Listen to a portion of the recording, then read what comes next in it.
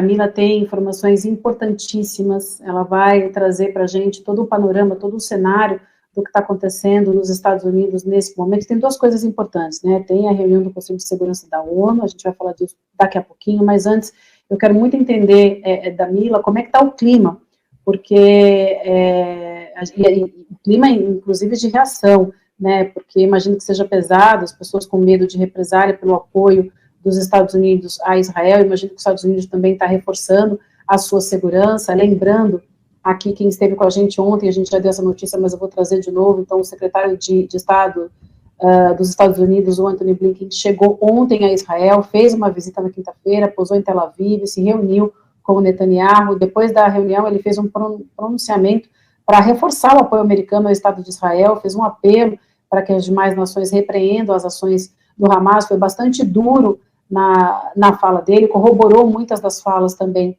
do Netanyahu, e não tem como a gente não lembrar aqui das imagens que a gente viu essa semana também das armas, né, que foram enviadas pelos Estados Unidos para Israel. Mila, então conta pra gente, bom dia para você, como é que está o clima e a apreensão aí dos americanos com esse apoio irrestrito, que é um apoio militar e um apoio de retórica também, né, do governo americano a Israel. Bom dia, Vivi. Olha, não tem outro jeito de falar isso, é medo mesmo, viu? Ontem meu celular não parou, eu acho que você deve passar pelo mesmo, né? Jornalista, os amigos ficam mandando mensagem pra gente o tempo todo perguntando o que eu faço, o que é verdade, o que não é. Ontem era, você vai mandar seu filho para a escola? Como é que vocês vão? Vão pegar o metrô? É seguro? Claro que a desinformação é um desafio a mais nessa guerra, então muitas das mensagens eram o que é verdade, o que é fake nesses anúncios aqui. Então, a gente viu ontem esse questionamento, né, quando o ex-líder do Hamas pediu protestos em apoio à Palestina no mundo inteiro. O primeiro movimento foi, é verdade ou não é? Sim, vocês estão vendo aí na Pixel 11, né, que é um canal de notícias local aqui de Nova York, que está sempre ligado aí nos bares, nos salões de beleza. Então, uma vez que essa informação foi confirmada, foi chamada uma reunião com o prefeito Eric Adams, prefeito de Nova York, chefe de polícia, várias lideranças. Eu participei dessa reunião, e o curioso é que até antes da reunião eu estava recebendo mensagens. Essa reunião é real mesmo? A reunião começou sem vídeo, então todo mundo já estava, não, é mentira, não é o prefeito. É nesse nível que está o clima aqui, sabe? Até o prefeito aparecer mesmo, o chefe de polícia aparecer com a imagem deles, todo mundo estava assim, não dá nem para saber se essa reunião é verdade ou não. A verdade é que o que eles tentaram passar para a gente nessa reunião é que não há ameaças concretas. Houve um apelo, de certa forma, para que a gente siga a vida aqui em Nova York, as escolas não fecharam, mas, ao mesmo tempo, eles disseram, a gente não vai esperar nada concreto para agir. Então, anunciaram um reforço no policiamento, um reforço enorme, inclusive, destacaram que seria um policiamento ostensivo. Então, falaram, não se assustem se vocês virem policiais na rua com armas pesadas, porque essa é a proposta. Isso, claro, vale para entidades judaicas, mas para a cidade toda. E eu repito, Vivi, eu acho que é difícil para alguém no Brasil entender o tanto que Nova York é uma cidade judaica. São muitos judeus aqui. Então, quando eu digo entidades judaicas e para além disso, talvez no Brasil alguém pense, uma sinagoga aqui, outra ali. Não, a academia onde eu faço ginástica todo dia é uma academia judaica. O lugar onde meu filho fazia natação é um prédio judaico, e nós não somos judeus. Então, assim, isso está na cidade toda. Tem quase tanto judeu aqui nos Estados Unidos quanto em Israel. Os cálculos mais recentes são de que tem cerca de 6 milhões lá em Israel, 6 milhões e meio, e 6 milhões nos Estados Unidos. Então, assim, a união entre Estados Unidos e Israel vai desde a fundação de Israel. Israel é o país que mais recebeu recursos dos Estados Unidos de 1946, né, para cá, depois da Segunda Guerra para cá. Foram pelo menos 260 bilhões de dólares, 1 trilhão e 300 milhões de reais, segundo uma estimativa da BBC Brasil, com base num relatório do Congresso americano, feito em março. Então, por todos esses laços, pelo fato de os Estados Unidos serem o maior parceiro de Israel, a situação aqui também fica tensa, as autoridades tentam se posicionar para que as pessoas tenham mais tranquilidade, mas tudo vira uma questão política. Por exemplo, o prefeito e a governadora vêm se referindo a protestos de apoio à Palestina como desprezíveis. E a gente mostrou sábado, né, nos protestos da Times Square, que algumas pessoas celebraram as mortes em Israel. Isso vai ganhando um espaço muito grande na imprensa. Num protesto tinha um jovem com uma suástica, isso virou a imagem dos protestos de apoio à Palestina. Mas essas imagens e a opinião pública em relação a uma guerra tão brutal quanto essa, isso vai mudando, né? Isso era sábado. Desde que os bombardeios a Gaza começaram, essa batalha da opinião pública mudou. Então a gente vê aqui dentro da cidade manifestantes agredindo uns aos outros. A gente viu um episódio aí, vocês estão vendo na tela, no campus da Colômbia. A Universidade de Colômbia fechou o campus porque uma estudante que distribuía panfletos de apoio a Israel foi agredida fisicamente dentro do campus da Colômbia. Aconteceu algo parecido em universidades em todo o país. Na Flórida teve um incidente muito parecido. Então a gente vai vendo a opinião pública também mudar à medida que os relatos de destruição em Gaza vão chegando. Esse cerco, as pessoas sem água, hospitais sendo comparados a necrotério. Tudo isso é uma tragédia muito grande. Agora a gente está com todos os olhos em Gaza, principalmente com esse temor ainda da invasão terrestre, uma invasão cara, que certamente vai custar a vida de muitos soldados israelenses e de milhares de palestinos. O que deve seguir, com certeza, manchando a imagem de Israel mundo afora. E ao fim de tudo isso, possivelmente, isso não vai culminar com a localização de líderes do Hamas, porque muito provavelmente nessa altura eles estão bem longe de Gaza, inclusive provavelmente comandaram esses ataques de longe, né, Vivi? Então, assim, é o que eu posso dizer, é uma situação de tensão e de medo tão longe desses conflitos, e isso atinge todo mundo, né? O mundo inteiro está nessa situação de tristeza profunda, de descrença na humanidade, como falou há pouco o Juca. Ô Mila, você acredita, ou há uma preocupação dos americanos, de maneira geral, que os Estados Unidos entre de fato nessa guerra enviando tropas? Existe essa preocupação, sim. Inclusive, é difícil entender essa dinâmica, né? Mas muitas vezes, quando mencionam o Hezbollah e a possibilidade de essa guerra se expandir por lá, muitas vezes falam isso vai significar os Estados Unidos mandando mais pessoas para lá. Você mencionou no começo a visita do secretário de Estado americano, Antony Blinken, e a conversa dele com o Netanyahu. E o Blinken foi, mais uma vez, muito enfático, falou o nosso apoio é incondicional, nunca vai parar, vocês nunca estarão sozinhos nessa luta. O Blinken, inclusive, lembrou que ele fala não só como secretário de Estado, mas como judeu. O avô dele migrou da Rússia, o padrasto dele sobreviveu ao Holocausto, escapou de campos de concentração. É uma história conhecida dos americanos. O Blinken fala muito de como isso influenciou a formação dele. Disse que não há justificativa para os ataques do Hamas, que não é possível condenar os ataques que deixaram vítimas não só de Israel, mas da Palestina e de pelo menos 36 países. E ele ressaltou também, obviamente, que o Hamas não representa o povo palestino. Tem uma tentativa muito grande aqui de dizer que essa é uma guerra de Israel contra o Hamas, e não de Israel contra a Palestina. O que também é muito difícil, né, Vivi? Quando, como eu disse, as últimas imagens que vão chegando são de palestinos morrendo, né? São de palestinos cercados, palestinos tendo que sair de casa. Então, enfim, isso eu acho que torna a situação bastante mais complicada e bastante mais preocupante, digamos assim, para a opinião pública americana. O Blinken disse que viu imagens fortes da guerra, que o Netanyahu mostrou para ele essas fotos. Numa entrevista depois ele falou que foram imagens horríveis, que isso impactou tremendamente, mas eu acho que também é importante a gente lembrar que o Blinken imediatamente voou para a Jordânia para encontrar o presidente palestino Mahmoud Abbas.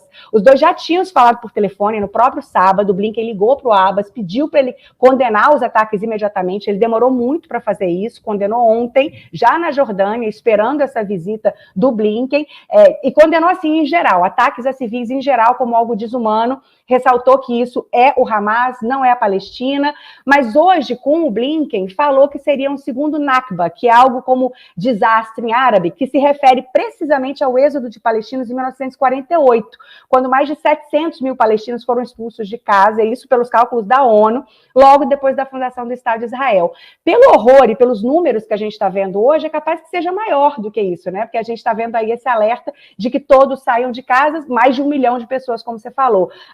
As forças militares israelenses falaram que já foram mais de 6 mil bombas na faixa de Gaza desde o dia 7 de outubro. Isso, para vocês terem uma ideia, é quase o número de bombas que os Estados Unidos usou em um ano no Afeganistão. E o Afeganistão é quase 2.000 vezes maior que Gaza. Então, assim, esse é o nível da intensidade disso. O Abbas, mais uma vez, pediu a criação de corredores humanitários. A gente está vendo a dificuldade de todos esses países que têm cidadãos ainda nessa região, de tirarem esses cidadãos por causa da falta da criação desses corredores. O Blinken diz que essa proposta dele, a visita dele e a conversa dele com o Netanyahu e com o Abbas é para tentar negociar a saída desses civis, principalmente. Ele vai ao Catar, vai à Arábia Saudita, vai ao Egito. A ideia é ele tentar reforçar a necessidade de criar esses corredores e retirar os cerca de 500 ou 600 cidadãos americanos que ainda estão em Gaza, né? Então, é muito grande a expectativa e quanto mais cresce a expectativa, mais cresce a tensão por aqui, Vivi.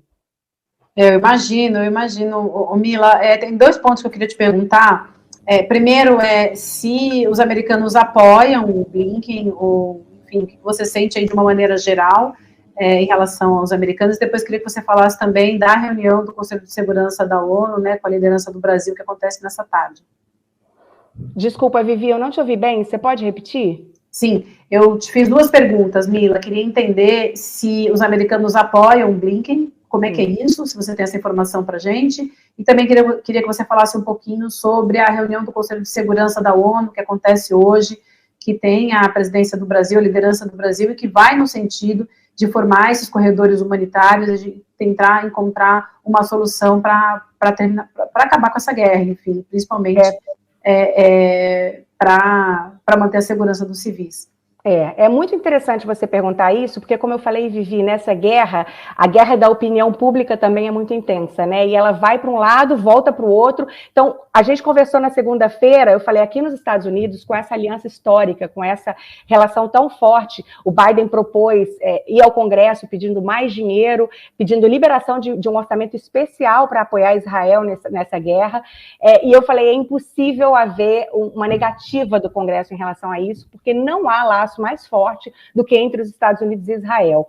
E é isso mesmo. Só que de lá para cá, como eu falei, à medida que no começo iam chegando as imagens do resultado dos ataques do Hamas, a opinião pública toda falava, nossa, temos que apoiar Israel. À medida que começou esse cerco a Gaza, a opinião pública vai virando de um lado para o outro. Então, é até difícil a gente se basear em pesquisas de opinião em relação a isso, porque à medida que as imagens novas vão chegando dos conflitos, os relatos vão chegando, a opinião pública tende a mudar de um lado para o outro. Ontem saiu uma análise interessante no Washington Post, falando que o próprio Partido Democrata está muito fraturado em relação a isso. Então, teria um grupo que é o do apoio incondicional, e esse é encabeçado, liderado pelo Biden, mas teriam outros 4 grupos com gradações diferentes. Entre esses 4, tem um grupo que não está querendo falar muita coisa, que está dando pouca opinião, que está quieto, e que pode, no final, ser o grupo decisivo para decidir em relação a esse apoio político, né? Como é que vai ser, com que intensidade vai ser esse apoio político? Isso vai ser também um apoio político ou um apoio militar com envio de armas, com envio do maior porta-aviões, do mais moderno, ou com envio de homens, com envio de tropas, né?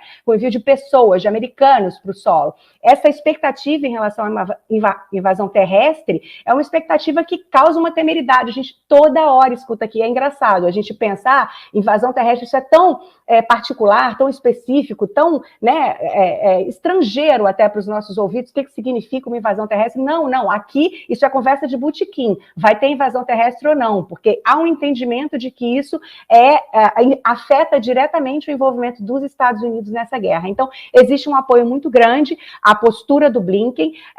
Eu acho que o Blinken costurou isso muito bem, encontrando o Mahmoud Abbas imediatamente depois, para tentar manter essa narrativa de que a guerra é uma guerra ao Hamas e não uma guerra à Palestina. Agora, a reação é muito grande. Aqui em Nova York tem inúmeros protestos marcados para hoje à tarde. Tem protesto à 1, tem protesto às 3, ali na região da Times Square, que é a região mais movimentada da cidade. Então, a gente espera uma tarde de bastante movimento, de bastante conflito aqui na cidade, porque esses protestos por aqui, como eu falei, não têm sido calmos, têm sido protestos com bastante conflito, com bastante discussão, com muitos ataques também. Então, a gente tem que aguardar com certa atenção, com certa cautela, mas com bastante cuidado também isso. Em relação à reunião do Conselho de Segurança da ONU, ela é vista com expectativa desde sábado, também está na imprensa o tempo todo, quando é que vai ser, quando isso vai ser marcado. A gente falou recentemente, né, sobre a disfunção, digamos assim, dentro da ONU, como a ONU tinha perdido a relevância. E eu acho que um conflito como esse mostra a urgência de que a ONU volte a ser um ator central nesse palco, porque os países, os estados sozinhos estão perdidos. Por exemplo, existe esse pedido, quando é que o Brasil vai incluir o Hamas como um grupo na lista de terroristas? Quando é que todos os países vão fazer isso? Isso vem da ONU. Existe uma expectativa de vários estados que não estão diretamente, necessariamente envolvidos nesse conflito. Existe uma expectativa de que a ONU seja o guia, de que a ONU traga essas informações, essas resoluções. Muito provavelmente essa reunião também deve sair sem decisão, sem uma condenação unânime, que é o que os Estados Unidos estão buscando. China e Rússia têm se manifestado muito pouco nesses últimos dias, então a gente vai ver essa reunião com muita atenção, porque ela pode sim definir as posturas de muitos estados que têm pessoas ainda em Israel, que tentam retirar essas pessoas e que tentam, acima de tudo, criar esses corredores humanitários. Não dá, gente, isso é, como disse o próprio Biden no começo, até guerra tem lei. Então, esse é um pedido fundamental e um pedido que eu acho que tem que ser um pedido em uníssono, um pedido de todas essas nações.